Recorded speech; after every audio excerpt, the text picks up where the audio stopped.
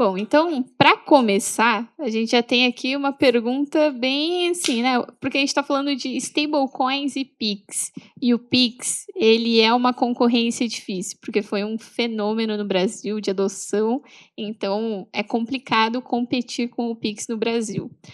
Mas, tem um ponto sobre isso, porque ele trouxe um apelo de digitalização financeira. Então, a gente percebe que depois do Pix, o usuário está muito mais aberto para tudo que tem a ver com pagamentos digitais. E aí, nesse sentido, entram as stablecoins. Então, como que elas podem se encaixar, nesse futuro dos meios de pagamento? Posso? Bom, eu gosto de falar que a tecnologia ela evolui e algumas coisas precisam acontecer para que outras, para que a usabilidade disso aconteça. Quando a gente está falando de stablecoin, a gente está falando de moeda digital. E se hoje a gente tem um cenário muito aberto a isso no Brasil, se dá também porque os brasileiros já estão acostumados. É muito mais fácil de você explicar para o uso do usuário final mesmo. Eh, Dito isso, a gente vê que a gente tem um espaço, e principalmente quando a gente está falando de levar dinheiro, de trazer uma reserva de valor em dólar para esse usuário aqui no país. Quando a gente olha o uso de stablecoin na América Latina, a gente consegue ver que a gente tem um uso muito maior até do que a média global. E isso se dá por uma série de casos de uso. Eu acho que a stablecoin ela é uma possibilidade da população brasileira de conseguir ter esse acesso ao dólar, ter acesso a essa conta em dólar, que não é tão fácil pelos meios convencionais. Então, tudo isso tem o Pix como esse precursor, né? A gente já tá, a população ela já está acostumada a lidar com isso, e a stablecoin ela vem com um novo caso de uso, sem dúvidas, mas com uma usabilidade que, de certa forma, o usuário já estava acostumado e que diminui as barreiras de adoção a essa nova moeda. Legal. Talvez complementando, né? Eu acho que o brasileiro ele tem essa tendência de adotar tecnologia de uma maneira mais rápida, né?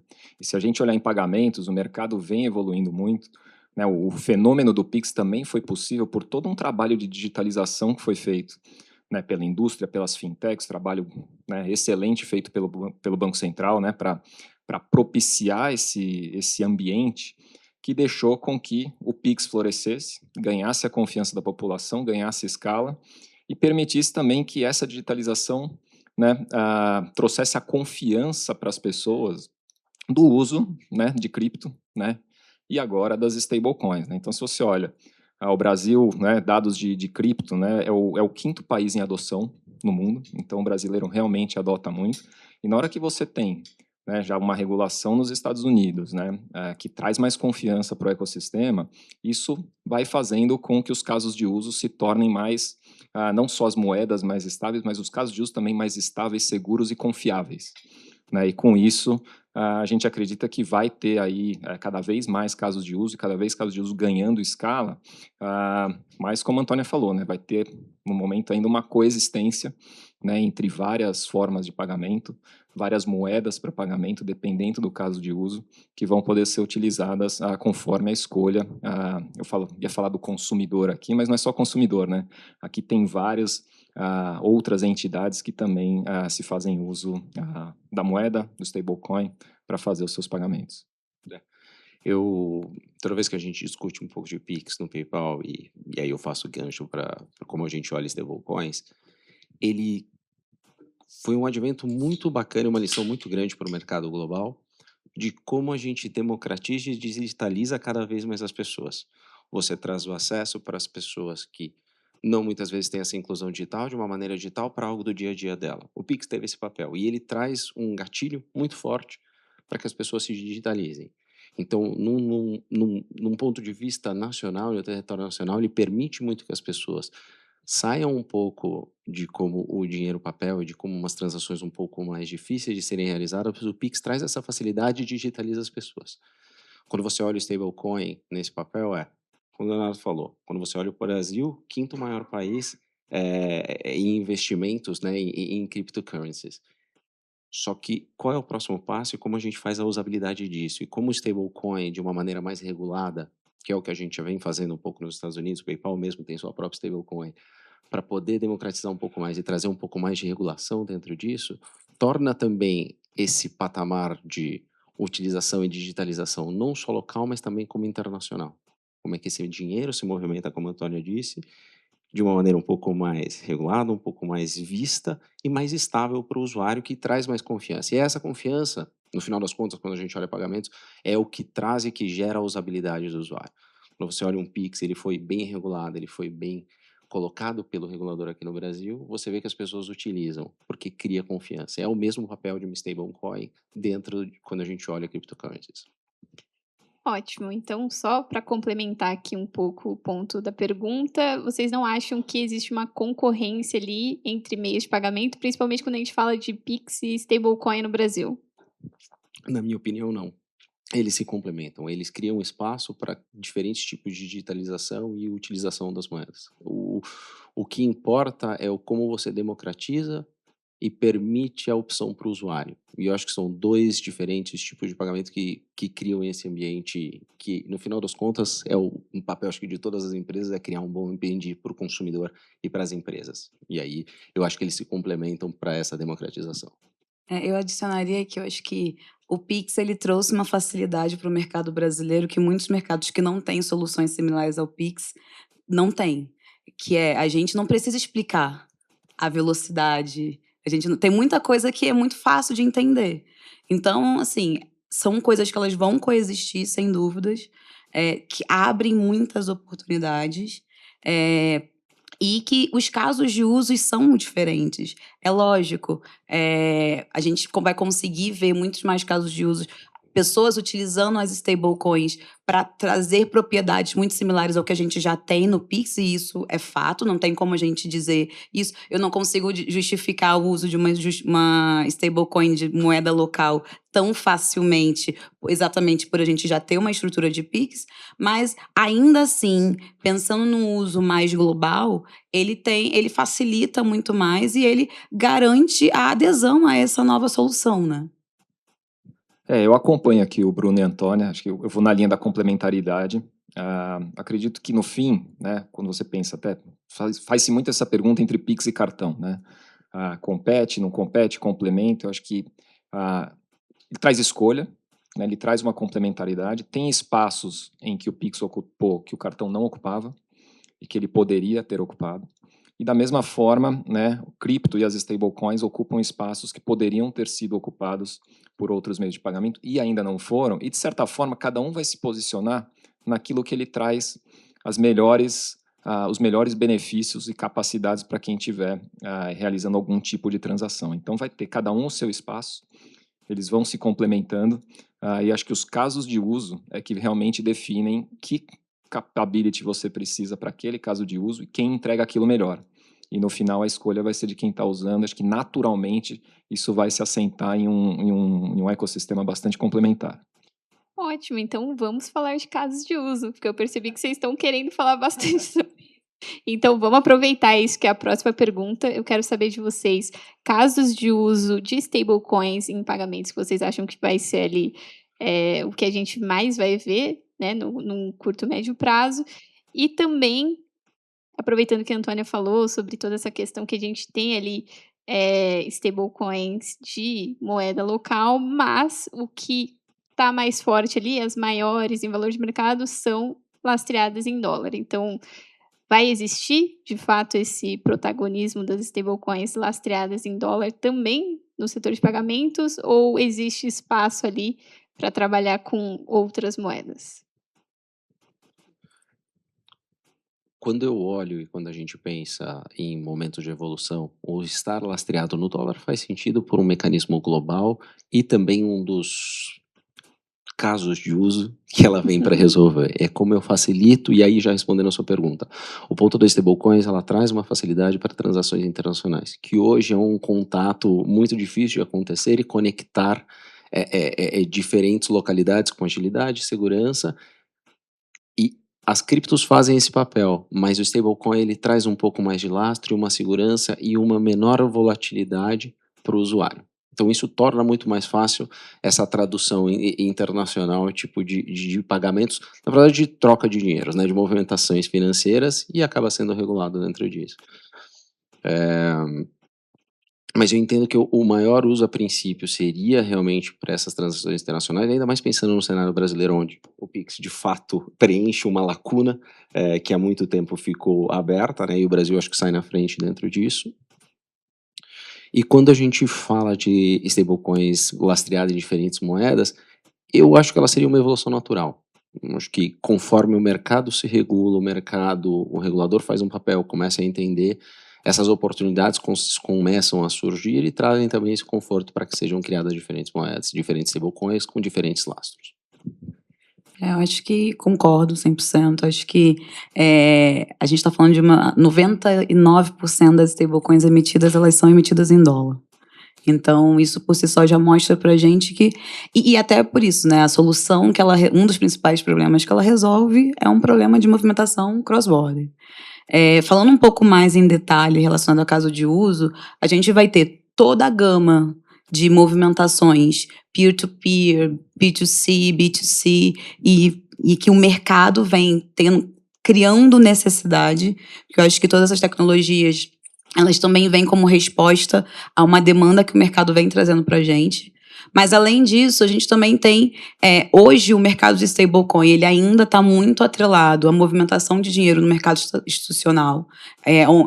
Os grandes montantes que a gente vê de movimentação de dinheiro de stablecoin está massivamente no mercado institucional. E a gente tem uma oportunidade aqui de trazer isso para o nosso usuário final, assim, pro consumidor. E aí é onde que eu acho que a stablecoin, ela tem um gap, e aí trazer o nosso mercado resolve um gap muito interessante, que é conectar os cartões, o meio de pagamento que já é utilizado globalmente, que todo mundo já está acostumado, às wallets, onde você vai ter não só as stablecoins, mas a cripto que você desejar.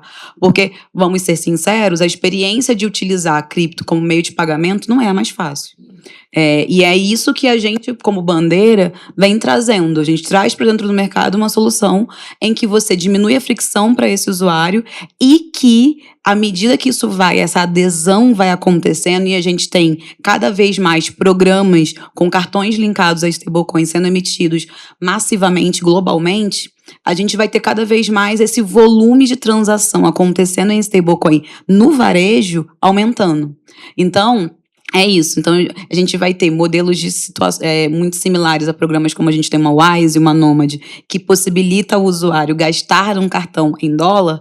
Você agora vai ter uma possibilidade de fazer isso como um cartão da Cast, um cartão da Piquenique, que são cartões linkados a uma carteira onde você vai poder colocar ali a sua stablecoin de dólar, de euro e a que você desejar.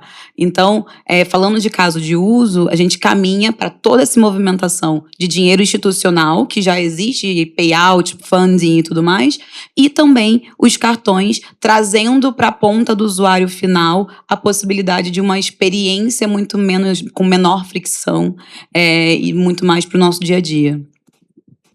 Legal, a gente está concordando demais aqui, mas no fim é isso, né? Acho que as opiniões estão convergindo para o que realmente a gente está vendo no mercado, né? Talvez começando pela questão da moeda, né? Do dólar em si, né? Do lastro em dólar. Acredito que uma moeda precisa ter algumas características para ser representar um valor e ter sucesso com isso, né? Ela precisa ter realmente ser um guardar valor. E a estabilidade traz isso, né, traz essa confiança, e por isso o stablecoin acho que é um passo grande, né, com relação a outras moedas para esse tipo de transações institucionais, porque você traz essa estabilidade do guardar um valor previsível, a confiança, que vem também por ser, né, uma regulamentação, e a aceitação. Aí eu falo de aceitação de forma mais ampla, até no que é o que dá liquidez para a moeda, que também traz valor para a moeda, ela ter a liquidez, né? Então, o dólar hoje é quem entrega isso de melhor forma na escala global. Né? Obviamente que você tem aí um euro, a gente tem já começando, né, stablecoin em iene, mas muito difícil você ter o mundo inteiro aceitando iene. Né? O euro já está mais próximo. Então, eu acredito que realmente começa com o dólar, a tendência é que o dólar seja, né, a principal, por um bom tempo, né? A gente não sabe o que acontece, mas assim como acontece com a moeda Fiat, mas devem, né, começar a surgir outros casos de uso, para não usar tanto, tentando para usar a palavra aqui, com euro e outras moedas fortes que devem se estabelecer com isso. E aí, falando de casos de uso, acho que, né, já foram falados os principais, concordo, remessas internacionais, eu acho que é o grande caso do momento, né, e aí você caminhando, né, para transações B2B, não só no B2B, mas no B2C também, traz uma capacidade de você executar smart contracts por essas moedas. Então, quando você quer ter algum pagamento programável, é o melhor mecanismo, né? Então, a gente deve começar a ver casos de uso aí que você tem gatilhos para efetivar um pagamento, provavelmente essa vai ser a melhor forma a você endereçar. E depois para o varejo, né? Como a Antônia falou, acho que caindo, né, ganhando a confiança, ganhando a escala, chegando ao consumidor comum, esse uso, é muito importante que você tenha também essa confiabilidade da rede de aceitação global, que é algo que a gente traz, né, o consumidor não adianta ele ter ali uma moeda que ele não consegue usar, e aqui também é um papel que as bandeiras, os arranjos de pagamento, as wallets trazem, que vai permitir que isso seja usado em qualquer estabelecimento do mundo, como qualquer outra moeda.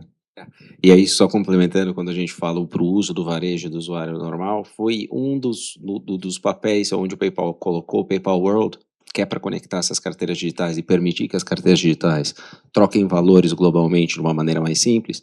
Quando você utiliza a carteira PayPal, o stablecoin está ali do PayPal para poder munir mesmo esse tipo de transação e virar também mais uma maneira que o consumidor final possa utilizar. Porque no final, a Antônia e o Léo trouxeram um ponto importante. Ainda assim, para o consumidor final, é o nosso papel como a gente cria experiências e essa utilização e essa aceitação em diferentes lugares para que ele possa realmente cada vez mais adotar esse modelo de pagamento. Ótimo, e inclusive ia aproveitar você, Bruno, porque não é todo dia que a gente tem um representante do PayPal gigante de pagamentos, vocês têm também a sua própria stablecoin lastreada em dólar, então queria que você contasse um pouco mais, pensando ali nessa linha de casos de uso, como que vocês estão explorando isso dentro do PayPal com a stablecoin de vocês.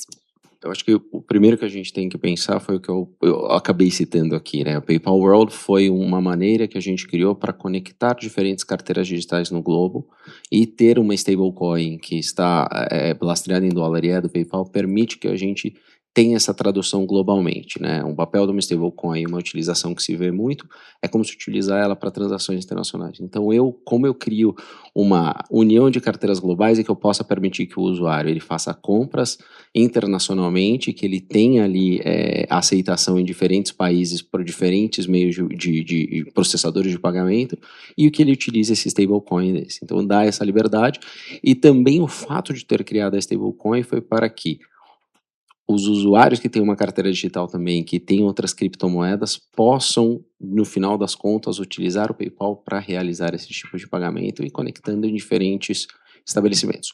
A priori, essa usabilidade ela ainda está nos Estados Unidos, mas a gente já tem roadmaps de expansão para a Europa e para demais países.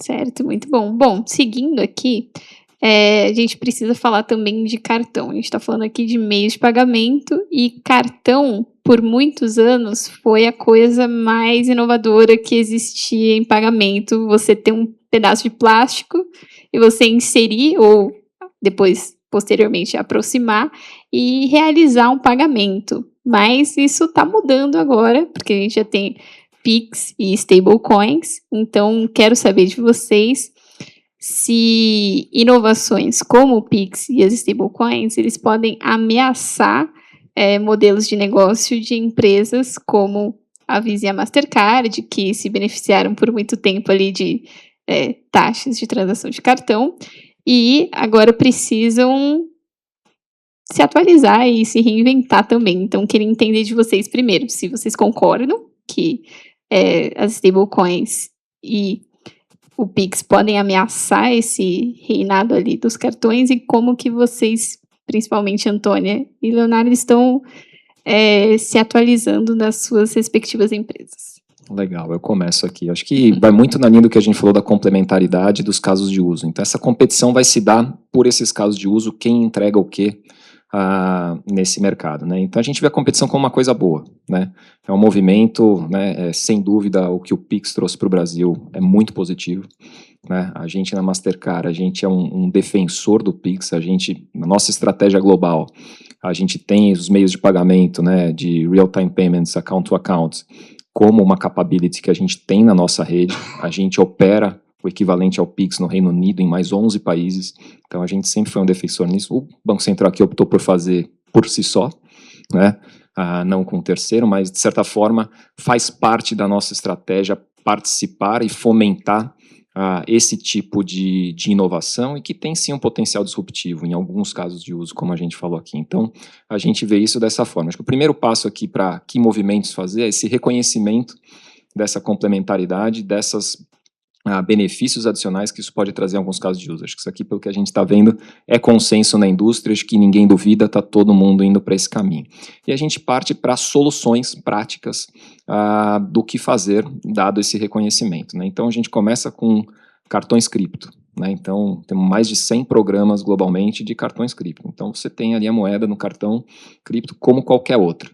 Então, o uso no cliente, independente do que acontece por trás, o cliente está vendo ele se utilizando de cripto para fazer um pagamento. O segundo passo, você começa a trazer essa mesma funcionalidade para a infraestrutura. Você faz a liquidação em cripto, né? Que quando nesse cartão cripto, não necessariamente você está fazendo a liquidação em cripto. Então, você pode ir para isso.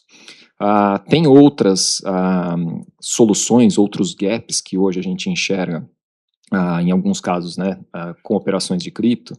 Por exemplo, a gente tem o que a gente chama de multi-token network, que é uma solução que a gente tem para você garantir a interoperabilidade entre as diversas redes. Então, isso também é algo importante, você facilita essa movimentação. A gente fala também do que a gente chama de crypto credential, você consegue traduzir, você consegue tokenizar uma credencial para fazer uma transação de uma forma mais simples, única, em que você não precisa ter aquele monte de número de sequência para você ter uma credencial e que depois ela pode ser perdida, enfim. Então, tem muita solução que pode trazer, adicionar valor a esse ecossistema. E é assim que a gente está se posicionando, né? Eu acompanho esse movimento, eu trago o que eu tenho de melhor, eu trago a minha aceitação, eu trago meus benefícios. O plástico, ele ainda tem o seu valor, né? Se você pensar no Brasil hoje, NFC é um problema do ponto de vista de infraestrutura. A gente tem menos de 30% do parque de smartphones com NFC. Então, se você falar de atingir a população inteira, hoje você não atinge, né? Então, ainda tem o seu valor e tudo isso vai conviver e vai começar a se adaptar e evoluir até que cada vez fique menos relevante para alguns casos de uso e mais para outros e assim por diante. Bom, vou tentar complementar o que o Léo já falou. Com certeza a gente enxerga todas essas oportunidades, e como que você posicionou como se fossem desafios, Mari, como oportunidades. Acho que é isso. Do lado de cada Visa, a gente vê o Pix, desde o início a gente viu o Pix como um caminho ali. Inclusive, esse ano a gente lançou a Visa Conecta aqui no Brasil, que é uma divisão, é uma empresa Visa focada em iniciação de pagamento por meio do Pix, ajudando a fazer com que essa experiência do usuário no Pix seja uma experiência mais fluida. Então, a gente adiciona todas essas formas como novas formas de movimentação de pagamentos. No final do dia, a gente sempre gosta de lembrar que a Visa é uma empresa de movimentação de pagamentos, tecnologia em movimentação de pagamento. A gente não é uma empresa só de cartão. Então, o cartão ela é uma das formas que a gente utiliza para movimentar pagamento. Além de ter todo o cartão, e assim como ela falou, a gente tem o cartão linkado a wallets, a gente lançou faz mais ou menos uns 15 dias a solução do Visa Direct, que é de movimentação cross-border, utilizando o pré-funding com o stablecoin. Essa é uma solução que também a gente lançou. Ainda está em piloto, a gente está focando em Estados Unidos, mas que a a gente vai trazer para o Brasil tão logo. Então, essa é mais uma solução que a gente está trazendo para dentro da infraestrutura, e a Visa ela tem se posicionado muito em construir dentro de casa, quando o tema é stablecoin, construir dentro de casa soluções que possam ajudar os nossos parceiros, clientes, adquirentes, emissores, a utilizar a infraestrutura de stablecoin sem precisar ter todo o desafio de desenvolver isso dentro de casa. Porque a gente sabe também que o mercado de bancos, o mercado tradicional, ele ainda não está 100% pronto para começar a trabalhar com stablecoin. E a gente está tentando, a gente vem atuando como facilitador disso. Então, como a gente consegue entregar essa infraestrutura, como a gente consegue entregar formas de reduzir a dificuldade para que eles possam iniciar nesse mercado. E, por último, eu acho que um outro produto que a gente tem dentro de casa, que é a plataforma de tokenização da Visa, que é o VTAP, que é uma plataforma que a gente hoje consegue fornecer aos nossos clientes a possibilidade que, se eles quiserem emitir a própria stablecoin, eles podem fazer isso com a infraestrutura da Visa sem precisar ter todo o desafio de fazer isso dentro de casa. Então, assim, essas são algumas das formas que a gente vê muito mais como uma oportunidade, coisas que a gente consegue conectar e trazer para dentro do mercado, do que simplesmente um desafio que vai tirar ou afetar o mercado de pagamentos. Concordo que o cartão, o plástico, ele ainda tem muita necessidade, muito longe do eixo Faria Lima. A realidade é bem diferente do que a gente vive aqui e a gente não pode esquecer disso. Então, a gente está trabalhando aqui muito num horizonte futuro. Né? Tudo que a gente está fazendo é um horizonte futuro, mas a gente ainda tem o plástico, ela ainda é o dia a dia de grande parte da população. Assim, só para fechar isso, no final das contas, nós, como empresas de pagamento, o final das contas para a gente é como a gente viabiliza tudo isso para o consumidor. Tudo isso para o usuário final. Como é que a gente cria boas experiências para que eles possam utilizar. No final das contas, são todas tecnologias, são todas democratizações que acontecem porque o mercado tem essa necessidade e o nosso papel aqui como grandes empresas de pagamento é que a gente viabilize isso para o consumidor. E o consumidor, ele é tanto o usuário final quanto o cara que está vendendo, o cara que precisa receber um valor. No final das contas, é o nosso papel. Então, eu vejo muito mais assim como eles, tudo se complementa e como a gente cria tecnologia para o mercado poder ter a melhor utilização disso com confiança e com segurança. Porque no final das contas é isso que o consumidor espera. Ele espera poder utilizar qualquer tipo de meio de pagamento dele, ele espera ter ótimos parceiros monitorando e cuidando para que ele tenha uma boa experiência e seja seguro, no final das contas, ele não seja de nenhuma maneira impactado negativamente. E esse é o nosso papel. Certo, eu gostei da forma como vocês responderam e até complementando com uma opinião pessoal, se não gostassem de stablecoins, não estariam aqui, né? Não teria Antônia cuidando ali de uma área de cripto, então é isso, né, Antônia? Com certeza. Bom, a gente está chegando na nossa última pergunta, e aí, só para finalizar, eu quero saber como que vocês enxergam o futuro dos meios de pagamento e como que tecnologias como blockchain, stablecoins podem ajudar a trazer inovação aí para esse setor. Bom, eu acho que a gente está experienciando o capítulo 2,5 desse futuro que a gente está ajudando a escrever. Eu acho que muita gente que está aqui nessa sala está ajudando a escrever esse futuro do mercado de pagamentos, do mercado financeiro como um todo. Eu consigo ver que a stablecoin ela é uma tecnologia que a gente consegue ver novos usos. A gente pode falar de finanças programáveis, de como a gente ainda vai ver isso se aplicando no dia a dia. Ainda é cedo para escolher um ganhador específico, mas eu acho que, sem dúvidas, a gente está vendo a forma como o dinheiro se movimenta mudando e great times are coming. Vou começar, talvez, chovendo um pouco no molhado aqui do que a gente já falou, que é um futuro com escolha. Então, o que a gente falou aqui de ter as opções e ter a escolha, eu acho que é importante ressaltar, eu vejo cada vez mais isso. Mas também acho que é importante deixar claro que assim, vai ser, sem dúvida, um futuro muito mais conveniente e muito mais eficiente, né? Seja nas transações que a gente está falando aqui do consumidor, e principalmente nas transações institucionais, né? O primeiro grande caso de ganho de eficiência, estamos falando aqui das transações de remessa internacional, né? Existe uma ineficiência enorme que vai ser coberta aqui, sem dúvida nenhuma, né? A velocidade e a forma pode variar um pouco, mas vai acontecer. Então, acho que esse futuro, né, Antônio falou, já está sendo construído, acho que a gente já está começando a viver isso, mas acho que conceitualmente ele é um futuro com escolha, com conveniência e com muito mais eficiência, que é o que a tecnologia vai permitir. É difícil, vocês falam muitas coisas que fazem total sentido e estão muito alinhadas com a expectativa que a gente quer criar para o mercado. Que bom que a gente está alinhado, gente. Significa Não, que o são mercado todos parceiros, isso é né? importante essa sinergia. Mas quando a gente olha, e eu penso muito em tecnologia de checkout, eu penso muito em experiência de checkout. No final das contas, o caminho que o mundo vem tomando com o avanço de inteligência artificial, como a gente interpreta o usuário, ele passa muito por personalização e a experiência do checkout sem o checkout. Eu sei que isso é algo estranho de pensar, mas é algo que a gente vem, como nós como indústria de pagamento, a gente vem há muito tempo conversando sobre isso, como é que a gente cria experiências onde não necessariamente você tem nenhuma dor de cabeça no meio desse caminho.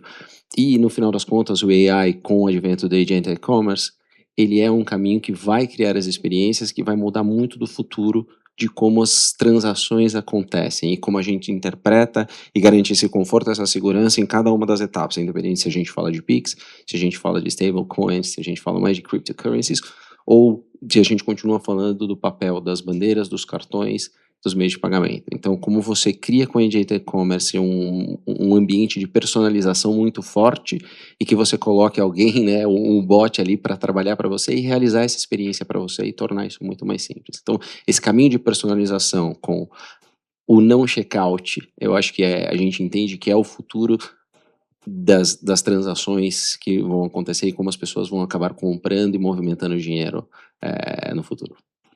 Certo, muito bom. Acho que um último recado para quem está acompanhando esse painel também, né? Vocês reclamaram que estavam concordando muito, mas eu acho que quando a gente tem 3 gigantes dos pagamentos concordando sobre uma coisa, é porque a gente tem que prestar atenção nessa coisa, né? Então, espero que o painel tenha sido muito frutífero para quem está acompanhando, tanto aqui presencial quanto no online.